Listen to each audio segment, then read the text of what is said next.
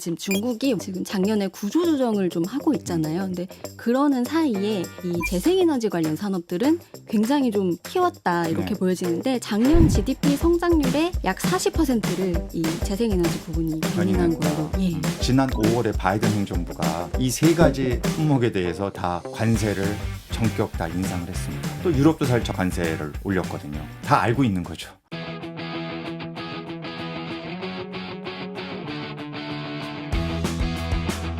기후의 눈으로 경제를 읽다.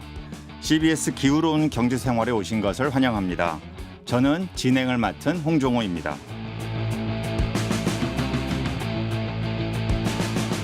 먼저 한 주 동안 세계 각지에서 벌어진 기후 현안 전해드리는 주간 기후 브리핑 시간입니다. CBS 경제부 최소연 기자 오늘도 나와 계세요. 안녕하세요. 예. 오늘은 어떤 소식 준비하셨죠? 국내 소식 하나, 해외 소식 2개 이렇게 예. 세 가지 준비했습니다. 좋습니다. 예, 먼저 우리나라 동해로 가보겠습니다. 동해안 점령한 해파리의 습격.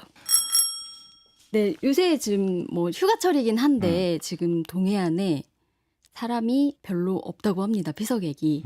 왜 그러냐면요. 강원도에는 많다고 그러는데 또 하긴 또 동해안이 좀 넓으니까요. 그렇죠. 예. 해파리. 규모가 상상을 초월한다면서요? 그렇습니다. 이번에 지금 무게가 뭐 10kg씩 나간다고 하고요. 네. 지금 해양수산부가 우리나라 대부분 연안에 해파리 주의보를 발령했어요. 이 주의보 발령 기준을 찾아봤더니 이제 만제곱미터 1헥타르당 한 10마리 이상 나오면 주의보가 발령이 된다고 해요. 근데 우리나라에 좀 많이 나오면 통상 헥타르당 뭐 20마리에서 40마리 정도 유입이 되는데 지금 올해 5월에 측정했을 때만 해도 헥타르당 90마리였거든요. 거기까지 이제 올라갔는데 최근에는 이게 헥타르당 108마리까지 늘었다고 합니다. 굉장히 아주 급격하게 예, 많이 아주 늘은 많아진 거네요. 거죠. 그래서 네. 어민들 이제 취재한 보도를 좀 종합을 해보면은 그물에 뭐 10kg 넘는 그런 해파리가 막 6, 7마리씩 걸린대요. 좀 무섭겠네요. 그죠? 아니 이게 물고기 생선이 잡혀야 되는데 예. 해파리가 올라오니까. 그렇죠. 해파리가 같이 올라오니까 그 옆에 있던 생선들이 좀 상처가 난 채로 올라오기도 하고요. 어민들도 실제로 이렇게 그물을 걷어 올리다가 상처가 난다고 합니다. 그럼 예. 상품성 좀 떨어질 수 있고 또 죽을 수도 있고 뭐 이럴 것 같아요. 맞아요. 물고기가, 그죠? 심하면 사망에도 네, 이를 수 네, 있다고 네, 합니다. 네. 지금 국내 연안에서 가장 많이 출현하는 게 노무라 입깃 해파리예요. 이름을 딱 들어보니까 일본 아마 아. 발견자가 노무라 뭐 이런 게 저는 그런 게 들은 것 같아요. 그럴 수도 있겠네요. 예. 이게 근데 지금 우리나라 연근해에서 발견된 해파리 중에 가장 독성이 강하다고 합니다. 예.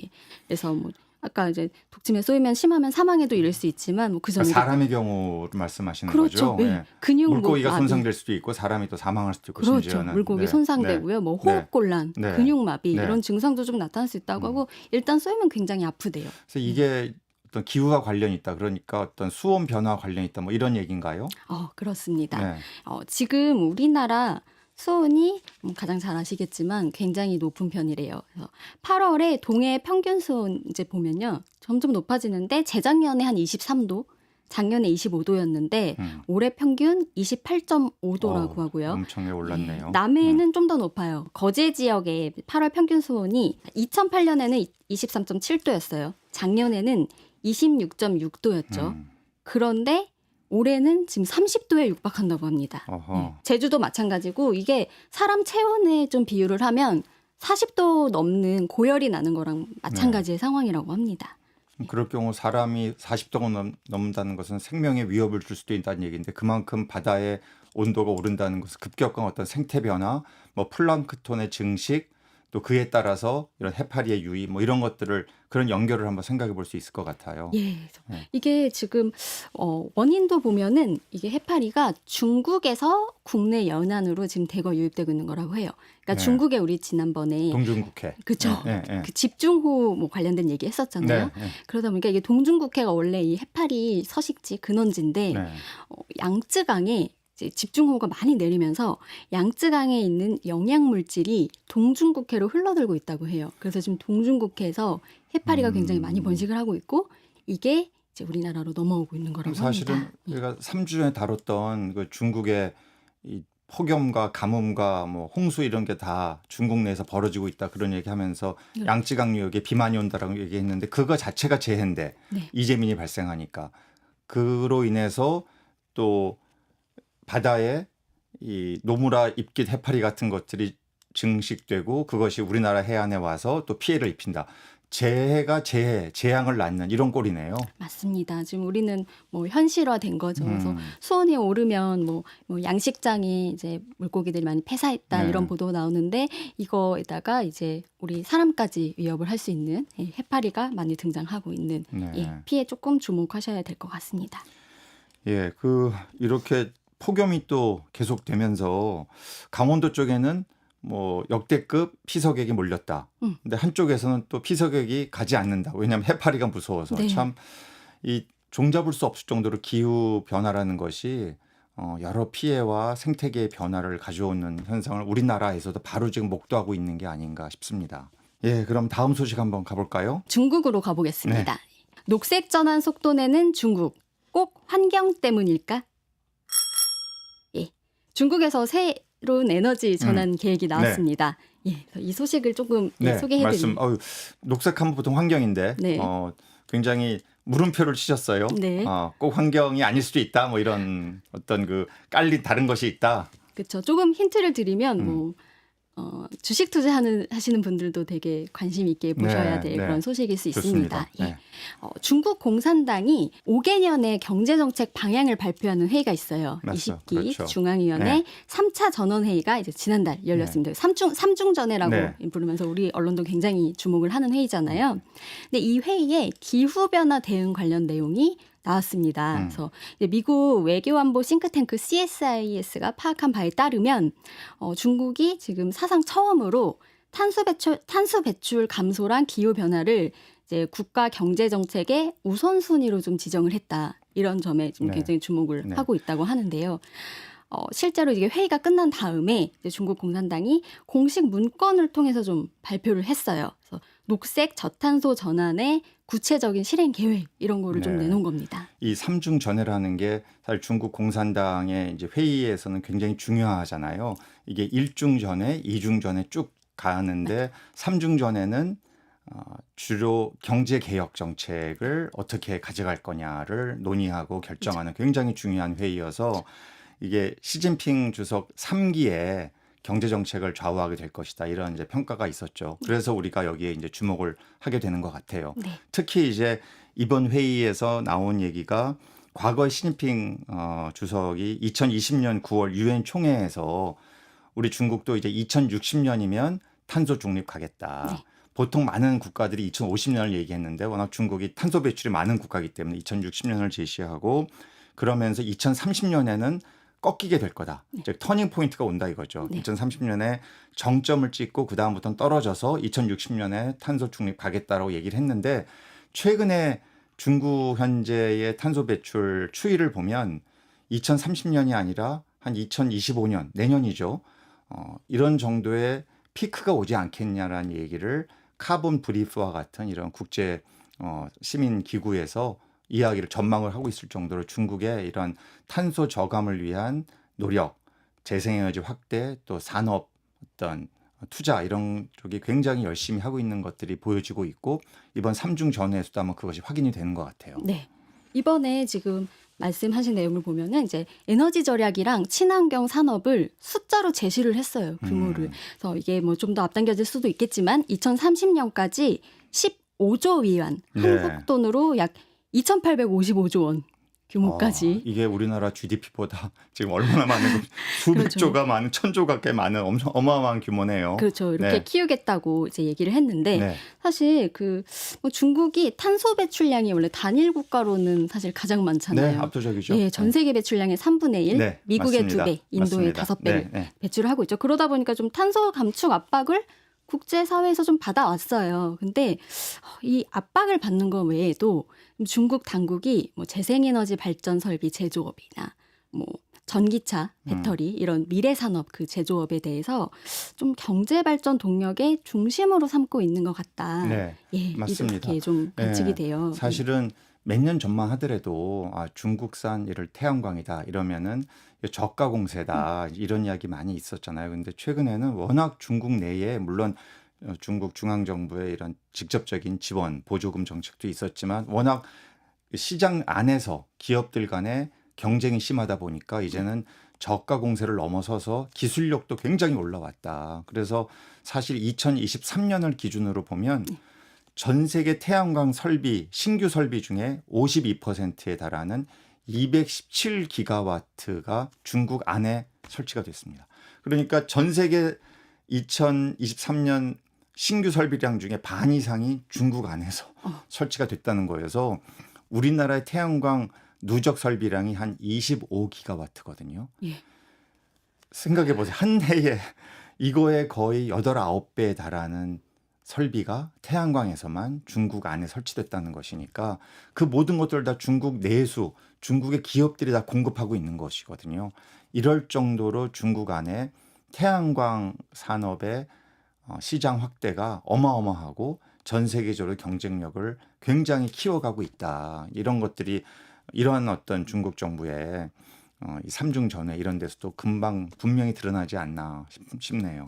맞습니다. 이렇게 좀 에너지 전환을 하다 보면 말씀하신 것처럼 그 설비 용량 그 전체를 하기 위해서 예를 들면 뭐 부품들이 있잖아요. 네. 그러면 태양광 패널, 판넬이라고 하나요? 네, 네. 패널. 네. 작년에 전 세계 생산량의 80%를 중국이 맞아요. 생산했대요. 네. 중국의 예. 설비량이 어마어마합니다. 설비 예. 규모 자체가. 그 자신감에서 이렇게 속도가 붙게 된 것 같아요. 네. 그래서 이번에 좀 계획을 보면은 뭐 전통적인 철강 산업이랑 뭐 석유화학공업 같은 업종도 녹색 저탄소 전환을 추진을 한대요. 어떻게 보면은 지금 중국이 원래 그 코로나 우리 좀 불황이 찾아왔을 때 사실 이렇게 뭐 돈을 풀고 이렇게 하면서 나중에 그 뒤에 뭐 경제적으로 조금 침체될 수 있다 이런 우려를 했을 때 그걸 극복할 수 있는 대안으로 생각한 게 이제 중국이 코로나가 끝나고 나면 대대적인 경기 부양을 할 거다. 사실은 좀 그거를 네. 믿고 돈을 풀고 했던 것도 있는데 중국이 예상외로 다른 선택을 했어요. 그 부동산 버블이 꺼질 때 그렇죠. 그냥 꺼뜨리면서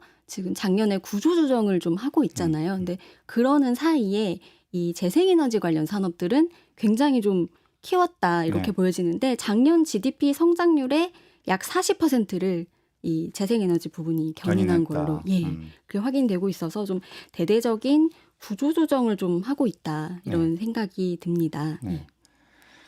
예, 사실은 그 지금 중국이 전기차 또 배터리 그리고 태양광 패널 이게 보면 다 친환경 산업이고 기후변화에 관련해서 앞으로 키워야 될 산업으로 전 세계가 다 주목하고 있잖아요. 이 3대 산업이 중국에서 또 우연치 않게 가장 집중적으로 지금 육성하는 산업이고 실제 시장 안에서도 굉장히 경쟁력을 키워갈 수 하고 있다는 거죠. 이게 분명히 극명하게 드러나는 것이 지난 5월에 바이든 행정부가 이 세 가지 품목에 대해서 다 관세를 전격 다 인상을 했습니다. 특히 전기차는 100% 관세율까지 올렸죠. 그래서 이런 것들이 다 알고 있는 거죠. 야, 중국이 부동산은 모르겠으나 이 안에서 태양광 패널이다, 또 전기차다, 배터리 여기는 어마어마하게 투자하고 있고 기업들의 경쟁력이 계속 올라오고 있구나. 여기에 대한 위협을 미국이 분명히 느끼고 있고 그러한 반응들이 미국 또 유럽도 사실 전기차에 대한 관세를 올렸거든요. 그래서 이런 것들이 다 그 분명하게 글로벌 시장의 흐름 속에서 나타나고 있는 현상 아닐까. 그만큼 중국 안에서 이른바 친환경 산업, 녹색 산업에 대한 이런 전환 노력을 하고 있다. 이렇게 우리가 생각해 볼 수 있지 않을까 싶습니다. 네. 자, 마지막 소식은요. 예, 마지막 소식은 미국으로 가보겠습니다. 네. 버닝맨의 번아웃 10년 만에 첫 매진 실패. 버닝맨이 뭐예요? 예, 버닝맨이라는 저도 잘 몰랐는데. 예, 타고 있는 네. 타고 있는 사람이라는 네. 이름이죠. 예, 무시무시한 이름인데 네. 사실은 이게 매년 8월 마지막 주에 미국 네바다 블랙록 사막에서 열리는 축제입니다. 예, 유명한 축제인데 이게 오래됐어요. 86년에 이제 레리 합이라는 그냥 사람이 샌프란시스코 해변에서 친구들이랑 같이 이제 사람처럼 보이는 엄청 큰 나무 인형을 이제 태웠대요. 그냥 이제 모닥불에 태우면서 그렇게 파티를 열었는데 그게 이제 그걸 계기로 지금 이제 축제로 자리를 잡은 거예요.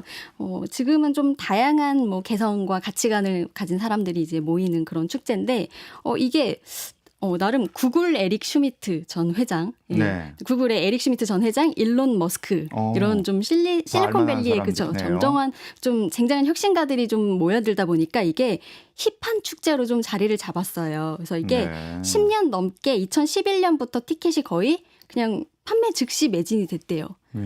얼마나 팔렸냐면 작년에 한 7만 4천 명 정도 모였대요. 이 축제에. 네. 그런데 주목할 게 올해 아직 티켓이 남아있다고 합니다. 안 팔렸대요.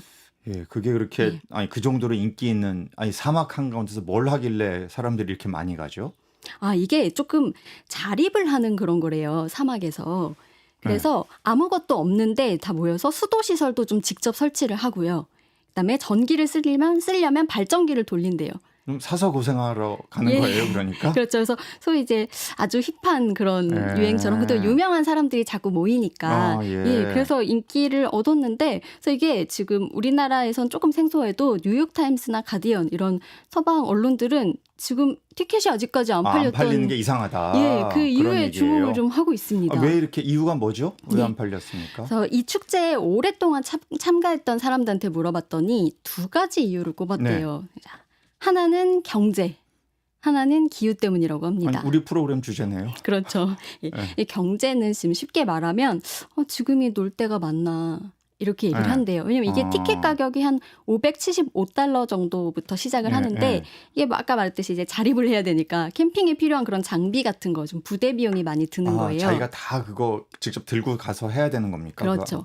근데 미국이 지금 체감 경기가 사실 그렇죠. 인플레이션도 뭐 그렇죠. 심하고 그렇게 좋지 않잖아요. 물가 높아지니까 그러니까. 뭐 식량, 주거 이런 좀 기본적인 생활에서부터 좀 쪼들리다 보니까 축제에 이렇게 큰 돈을 쓰기가 좀 부담스럽다고 느끼는 그런 사람들이 많아졌다고 하고요.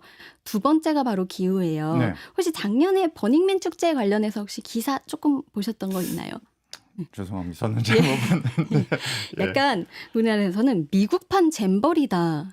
이런 제목으로 국내 언론들은 뭐 비 많이 오고 막 그렇죠. 뭐 땅 망가지고 막 이랬나요? 작년에 이제 미국 네바다에 기습적인 폭우가 내리면서 이게 사막이라고 했잖아요. 근데 축제 현장이 그냥 다 진흙탕이 돼 버렸대요. 그러니까 사막은 원래 비를 기대하지 않는데 비가 그쵸. 조금만 내려도 상당히 어떤 생활하기 힘든 상황이 돼 버릴 수 있었겠네요. 생활하기 힘들 뿐만 아니라 아예 고립이 됐대요. 사막에 사람들이. 그래서 그리고 또 이게 이 날씨가 계속 변하는데 작년에는 폭우로 그렇게 고립이 됐는데 또 재작년에는 36도가 넘어가지고 사막에서 그래서 사람들이 그때 참가했던 사람들 중에 진짜 죽을 뻔했다 이렇게도 좀 말을 하고 있대요. 이런 경험담들이 좀 들리다 보니까 이게 자립도 하고 해야 되는데 가서 이제 재난 상황에 놓이는 거잖아요. 그러니까 좀 고생하러 가긴 갔지만 이 정도로 진짜 고생을 힘들지는 하는 거죠. 몰랐다 이렇게 됐군요. 아주 극한 체험을 하고 나온 거죠. 그래서 영국 가디언지가 지난 14일에 이 내용을 다루면서 제목을 이렇게 달았어요.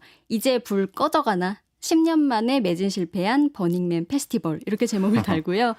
치솟는 생활비와 기후 위기가 2011년부터 매진돼 온 버닝맨 축제를 꺼트렸다. 뭐 이렇게 좀 평가를 했습니다. 그리고 또 하나도 더 있는 게 이제 아까 전에는 그 실리콘밸리의 혁신가들이 참여하는 그런 젊은이들이 좀 고생하고 좀 자립하는 그런 경험을 쌓는 힙한 축제로 원래 그렇게 불렸는데 요즘엔 점점 유명한 사람들 돈 많고 막 저명한 기업인들이 참여를 하니까 이게 그냥 부자들 파티다 이렇게 하면서 조금 매력을 잃어가고 있는 건 자기들만의 아닌가. 축제다, 자기들만의 모임이다 이렇게 생각할 수도 있겠네요. 오늘 합니다. 말씀 정말 들어보니까 이 기후위기가 바다에서 해수욕도 안 쉽고 또 고기잡이도 잘 안 되고 또 거기에 따라서 어떤 경제적인 새로운 기회가 창출되기도 하고 또 잘 나가던 축제도 망가뜨리고 참 여러 가지 아주 다양한 모습들이 기후변화로 인해서 발생하고 있지 않나라는 생각을 다시 한번 하게 됩니다. 오늘 말씀 잘 들었습니다. 지금까지 CBS 최소영 기자였습니다. 고맙습니다. 감사합니다.